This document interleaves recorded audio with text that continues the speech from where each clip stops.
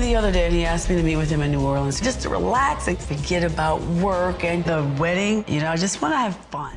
Good girl, right? Hey, I'm not a person he kissed. We're not married. I promise you. If I was married, I would, well, maybe I wouldn't be so explosive about it, but I wouldn't deny it. But we would know. I wouldn't say I'm not married if someone asked me. Toni Braxton just exposed Birdman. And now it's hard to look at him the same. For years, she stood beside him, silent. But that silence, it just broke. After a nearly 5-year-long engagement, the singer reportedly tied the knot with rapper Birdman on August 8th last year, then split just 48 hours later. Now people are watching those old videos again and seeing something they missed the first time. How you doing? Wait. Big everything good? My bad. Got the whole family here. Because once you hear what she confirmed, you'll start questioning what really happened behind the scenes. This isn't just about love. It's about image, control, and what she refused to carry any longer. Toni Braxton is no stranger to heartbreak. After all, she made a career out of singing about it. But what fans didn't expect was the real-life roller coaster that came with her most unexpected relationship, Birdman. Yes, that Birdman, tattooed mogul of Cash Money Records, known more for rap beefs and grills than love ballads. The two first shocked the world in May 2016 when they confirmed they were dating. To some, it felt like opposites attracting. Toni, the sultry R&B legend, and Birdman, the street-hardened rap executive. But behind the awkward headlines and confused fan reactions was a surprisingly deep connection, and it got even more intense. I always looked at Wayne as my son, and I always looked at it like, because I was in the streets, and I thought this might be the last time they ever see me. I thought that every night I leave, I might not never come back. So that's where that started from. So, when Birdman speaks about loyalty, he doesn't just whisper it, he bleeds it. And that's exactly what Toni was drawn to. In interviews, she called him her gentle gangster, someone who'd been through battles but would still hold her hand in the darkest hour. By February 2018, the two announced they were engaged. The media ate it up. An R&B queen and a hip-hop boss supposedly headed for the altar. But just months later, the fairy tale crumbled. By January 2019, whispers of a breakup filled the tabloids. Toni even cleared her Instagram page. Fans assumed the wedding was off. But as usual in Braxton's life, it's never that simple. We are not married. I promise you. If I was married, I would, well, maybe I wouldn't be so explosive about it, but I wouldn't deny it. But we would know. I wouldn't say I'm not married if someone asked me. Right. In April 2019, the rumors were reversed. Toni and Birdman were still together. And in November 2023, she posted a quiet photo online. No caption, just them, sitting close. It was subtle, but it spoke volumes. The two had never really split. At least, not in the way people thought. But then came 2024, and with it, a fresh dose of confusion. On Instagram, Toni posted this: "My dear friend Birdman and I are not married. Never been married. We are both single." Was this another breakup? A PR move? Or just Toni doing what Toni does, keeping her private life in a chokehold, only letting the public see what she wants? And it doesn't help that Birdman brings his own kind of chaos. Here's the girl, right? Hey, I'm not a person he kissed.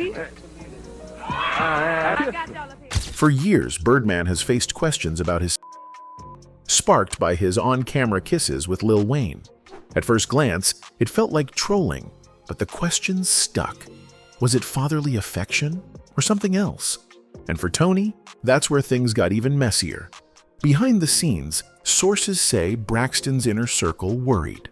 Not because of Birdman's reputation in hip-hop, but because the public confusion around his behavior could become her headline too.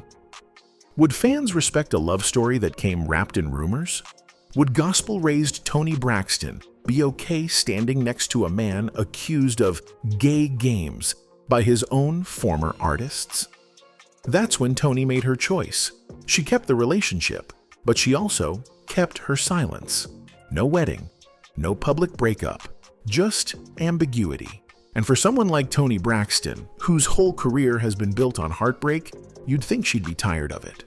But maybe this wasn't heartbreak. Maybe this was control. The relationship between Toni Braxton and Birdman was already confusing enough for the public. But things got even more complicated when Birdman's past started catching up with him. For years, rumors about his had followed him, mostly because of one thing: his habit of kissing Lil Wayne on the lips. It wasn't a one-time thing either. There were multiple videos spanning years showing Birdman planting kisses on Wayne, not on the cheek, not as a joke, but right on the mouth. And every time a new clip resurfaced, the internet would explode with speculation. Birdman always insisted it was a father-son thing, that he raised Wayne like his own since the age of 12, and that in the streets, you never knew if you'd make it home alive. So the kiss, in his eyes, was a sign of love and protection. To him, it was about family. But to the outside world, especially a world not familiar with that kind of affection in hip-hop, it looked like something else entirely. And then Turk, another former member of Cash Money, added more fuel to the fire. In a sit-down interview, Turk admitted that Birdman used to kiss him too, sometimes in front of women, sometimes around the other guys. And he brushed it off casually, saying every man has gay games they play with their friends, and that it didn't mean anything. To him, it was just how they rolled. It's just like somebody hitting somebody on the you know what I'm saying, when they playing basketball. That don't mean they gay. You feel me? But for Toni Braxton, who had grown up in a strict Pentecostal household where even wearing pants as a young girl was forbidden, this wasn't just street culture. It was reputation. It was press. It was optics. And no matter how much she might have understood Birdman privately, the public had already made up its mind. The backlash wasn't just on him. It came crashing down on her too. People questioned her judgment. They mocked her for being too classy to be caught up in Birdman's chaos. They wondered why she hadn't walked away, or at least spoken up. But Toni said nothing. She let the headlines swirl while she kept posting photos with him. She didn't try to clean up the rumors. She didn't fight them either. She just went quiet. And that silence spoke volumes. To some, it looked like maturity, like Toni was choosing love over image. But to others, it looked like compromise, like she was allowing herself to get pulled into a man's long-standing mess, even if it risked everything she had spent decades building. Birdman had always been unapologetically himself. He didn't explain much, and when he did, it usually came in the form of a quick denial. "I'm a straight gangster." But the problem wasn't what he believed. It was what people believed about him. And that cloud followed Toni everywhere she went. There's a reason Toni has always been reserved with her personal life. She's had to rebuild her image more than once. She's gone bankrupt, been counted out. She knows what it means to protect herself. And maybe that's why, even in the middle of the most bizarre rumors about Birdman, she stayed calm. She didn't owe anyone an explanation. And maybe, just maybe, she believed that if people truly knew her, they'd understand why she stayed. But what they saw was a woman who had once been the face of class and elegance, standing beside a man who couldn't go 5 years without trending for the wrong reasons. And for the audience watching from the sidelines, that made it harder to separate Toni the artist from Toni the woman choosing silence over scandal. Because even though Toni Braxton has always sung about heartbreak, this time it wasn't clear if she was the one hurting or if she was simply choosing to love on her own terms. Long before Toni Braxton found herself defending an unconventional relationship with Birdman, before the headlines, the whispers, the rumors, there was already a pattern. Toni would face hardship, and the world would respond with judgment, not compassion. That pattern didn't begin with her love life. It began with her first bankruptcy. In the late 90s and early 2000s, Toni Braxton shocked the public by filing for bankruptcy just a few years after becoming one of the best-selling R&B artists in the world. With hits like Unbreak My Heart, Breathe Again, and another sad love song. Toni had built a career that most artists only dream of.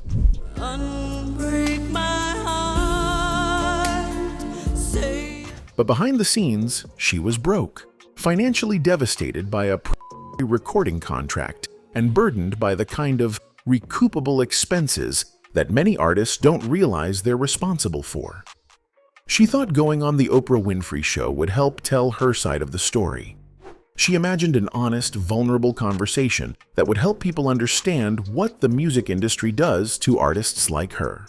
Artists who sell millions of records, yet walk away with less than $2,000 in royalties. Instead, she was blindsided.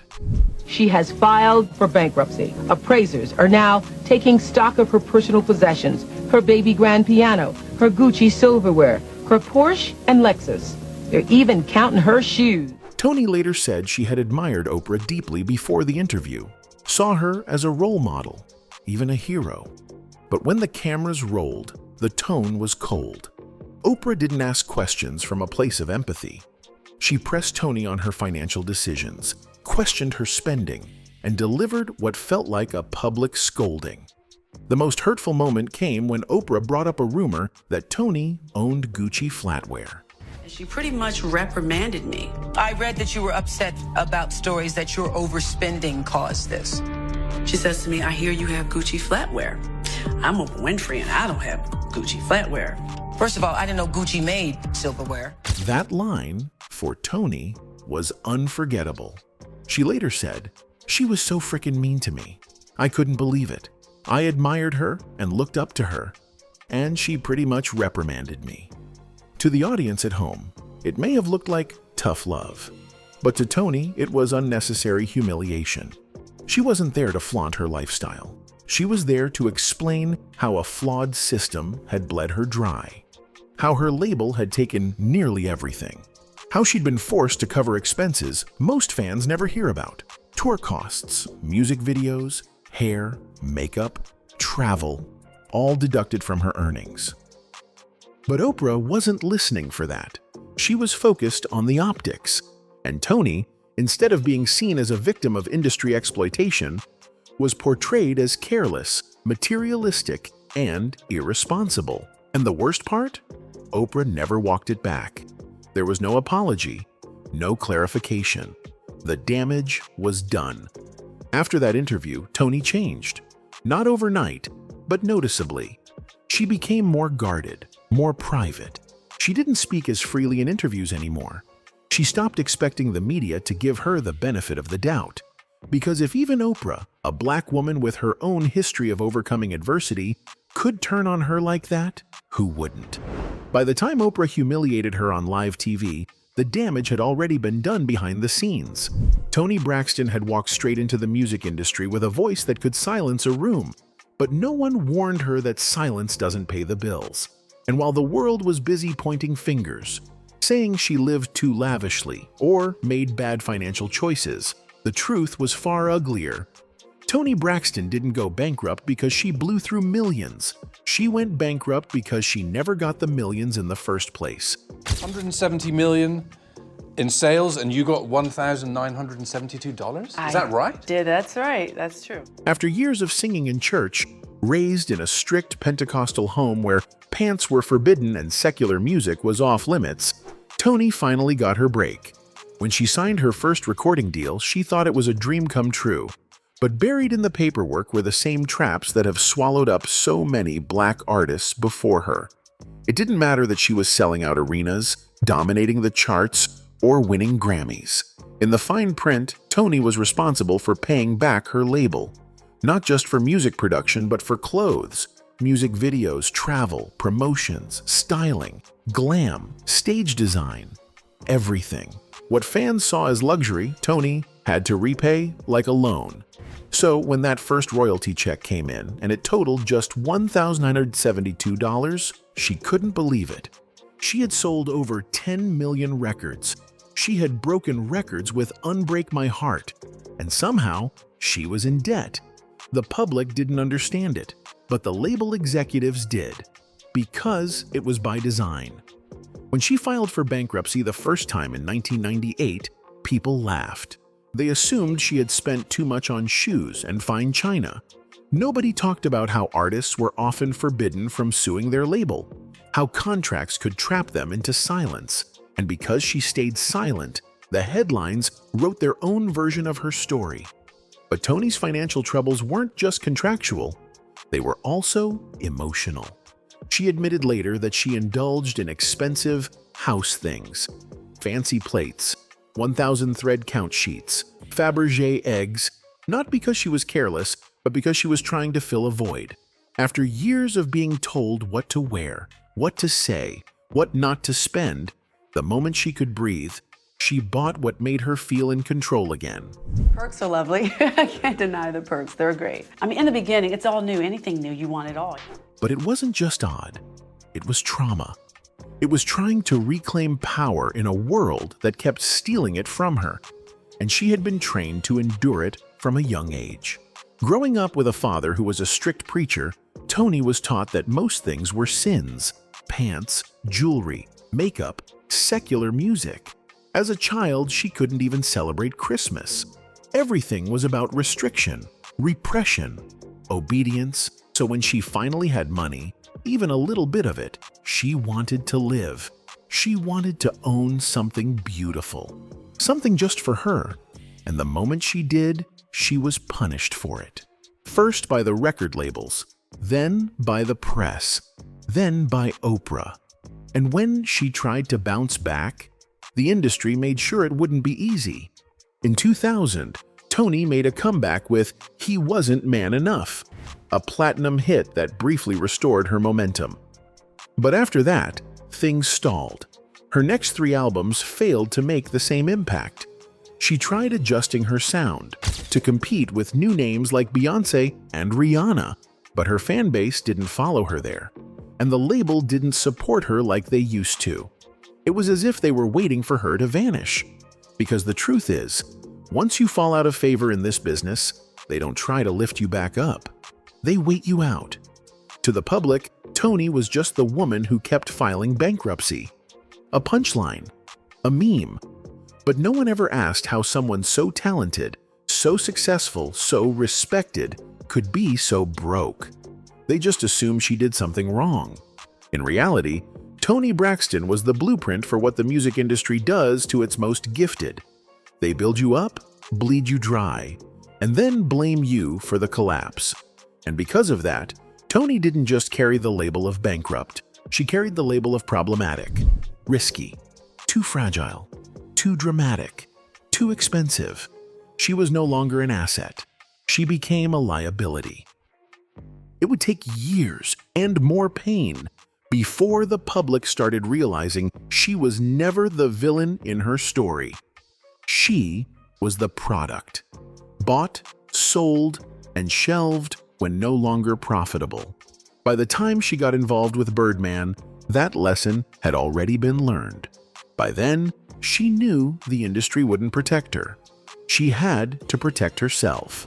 By the time Toni Braxton escaped her second bankruptcy and tried rebuilding her career, the damage wasn't just financial anymore. It was physical. Years of stress, endless pressure, and emotional exhaustion had finally caught up with her body. And this time, no amount of talent, Grammy Awards, or stage lights could protect her.